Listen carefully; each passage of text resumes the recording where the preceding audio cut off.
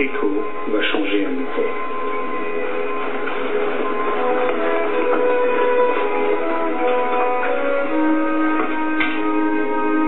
Il retrouve d'abord la totalité de son enclos enfin réparé.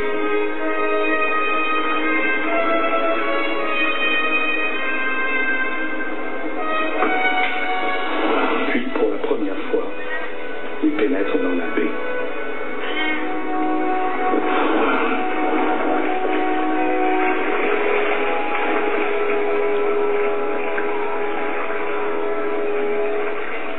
Keiko doit être rassuré avant de se sentir prêt pour l'aventure.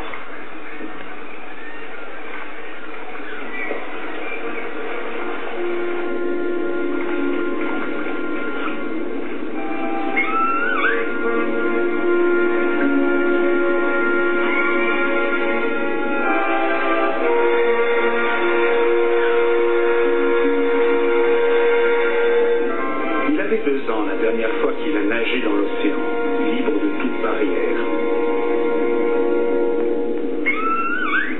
Et cela fait 23 ans qu'il n'a pas vu le fond de la mer.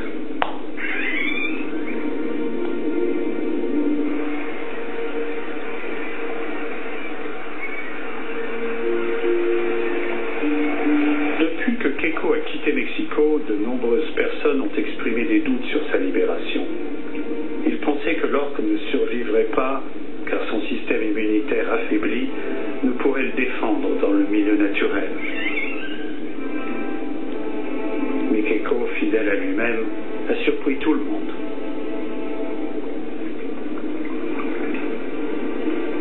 Sa curiosité est stimulée par les surprises, comme cette rencontre avec un poisson-loup.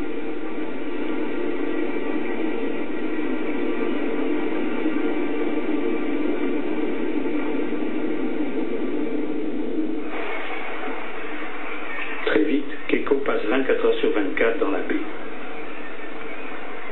Nous sommes étonnés de le voir venir se reposer près du filet. Peut-être cherche-t-il à son contact un réconfort, lui qui a vécu si longtemps enfermé.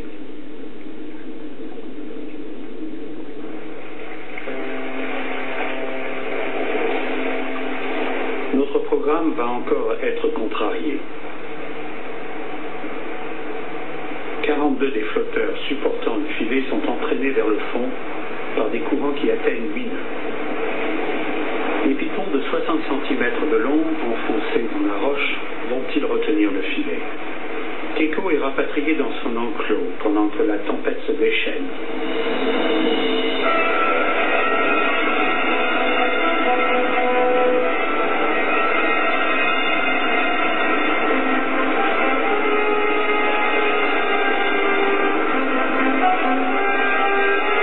L'entraînement se poursuit. Un nouvel objet est introduit dans l'enclos, une plateforme. Les entraîneurs l'utilisent pour signaler à Keiko de s'approcher. Plus tard, elle sera déployée le long du bateau lors de sorties en mer. Ainsi, Keiko distinguera notre embarcation de toutes les autres.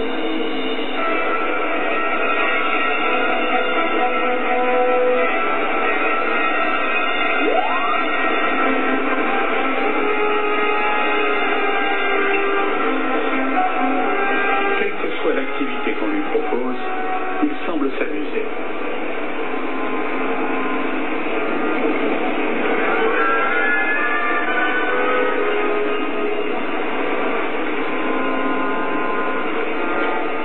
Malheureusement, nous avons encore sous-estimé la violence des éléments naturels.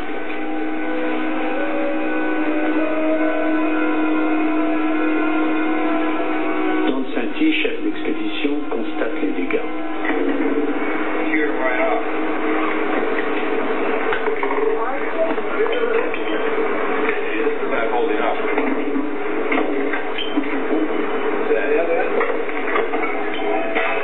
Et nous voilà à nouveau en plein travail de reconstruction.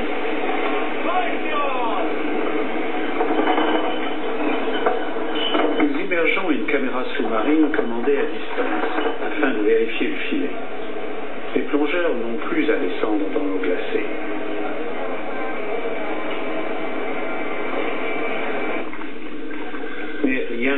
place lorsqu'il s'agit d'effectuer des réparations.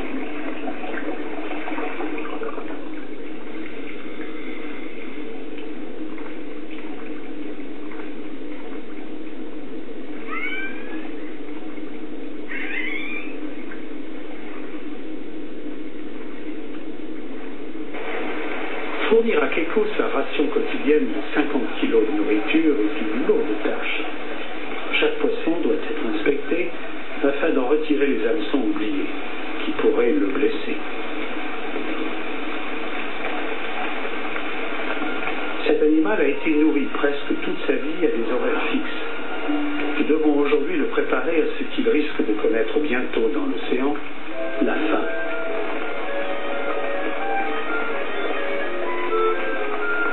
Il doit maintenant être alimenté selon les lois de la nature, c'est-à-dire d'une façon irrégulière.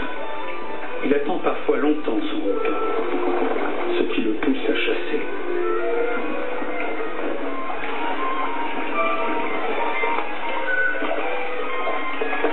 Quand pour la première fois il s'est vu proposer un poisson vivant, Keiko l'a apporté à son entraîneur comme s'il s'agissait d'un jouet. Maintenant, il se jette sur tout ce qui passe à sa portée. Nous profitons de chaque instant pour recueillir le maximum de données scientifiques sur Keiko. Afin de poursuivre nos études en mer, nous utiliserons une balise qui sera fixée sur le dos de Keiko. Nous réalisons un moule de sa nageoire dorsale. Nous croyons qu'elle s'est affaissée suite au long séjour en surface effectué lors de sa captivité.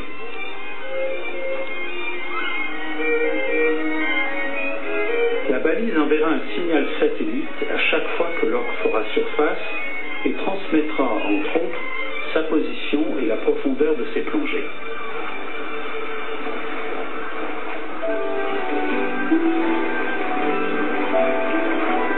Le moule doit nous aider à concevoir la forme la plus hydrodynamique possible pour cet émetteur satellite.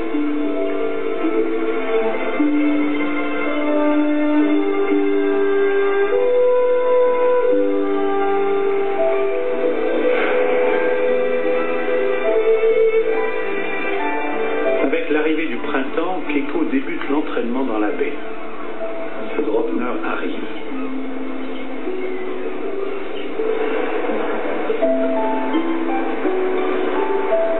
Tout est mis en place pour l'entraînement.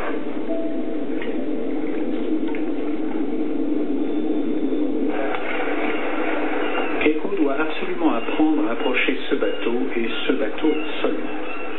Il doit éviter tous les autres. Une fois en mer, nous ne pourrons pas le protéger des autres navires, et éventuellement des orques sauvages, s'ils refusent de revenir vers notre embarcation.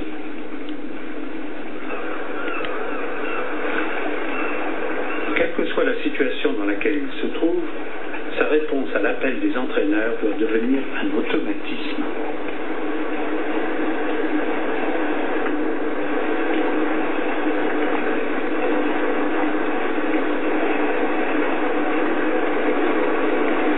Keiko doit améliorer ses performances à la nage. Il travaille sa vitesse et sa capacité à accélérer brusquement en cas de besoin.